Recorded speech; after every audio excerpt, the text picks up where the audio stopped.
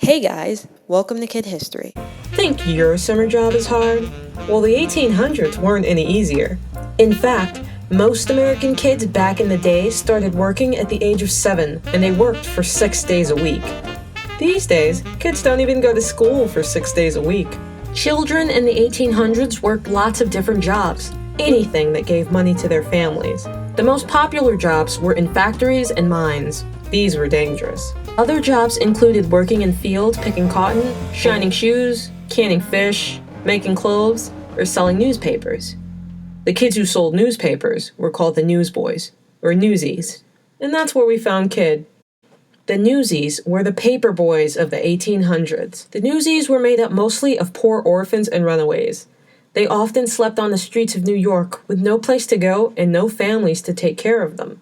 At the time, newsboys were earning on average 26 cents a day. Newsies had more freedom than factory kids did.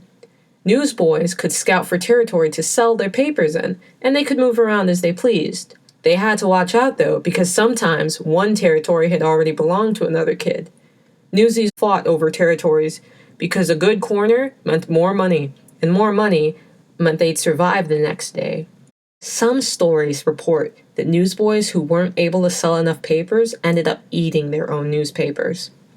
Pretty grimy, huh? Can't imagine the ink tasted any good.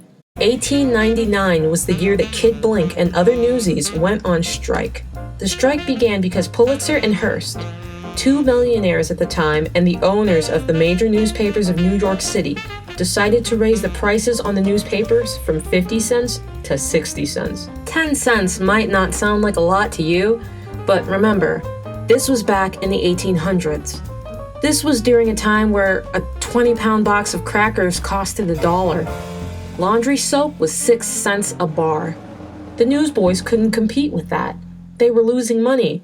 Newsboys not only had to pay more for newspapers they sold, but they were not refunded for unsold papers. So, they decided to revolt. Kid Blink was infamous for his eye patch, but he was even more infamous for his large part in the revolt, and quotes like, "Friends and fellow workers, this is a time which tries the hearts of men. This is the time that we've got to stick together like glue. We know what we want, and we'll get it, even if we're blind." They refused to sell newspapers all throughout New York.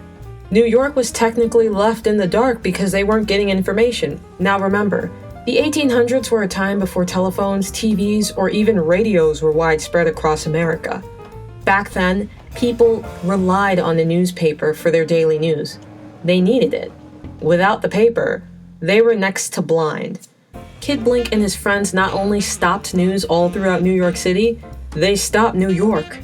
By protesting right on the Brooklyn Bridge, building a wall of homeless, poor kids that people couldn't bypass. They stood together and rallied against the newspaper titans.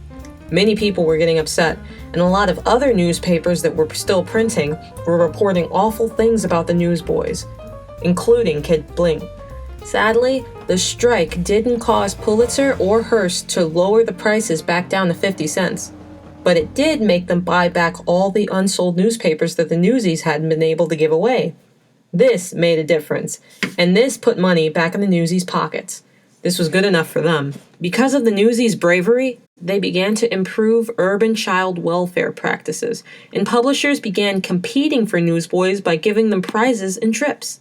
Who knew that with a strong leader, a bunch of ragamuffin kids could come together and make so much happen? People thought that because they were kids, they couldn't do anything. And so what can we learn from Kid? The next time you think you can't do something, think again. You've got a lot more power than you know. Until next time, Kid History tuning out. If you enjoyed the video, please like, comment, and subscribe.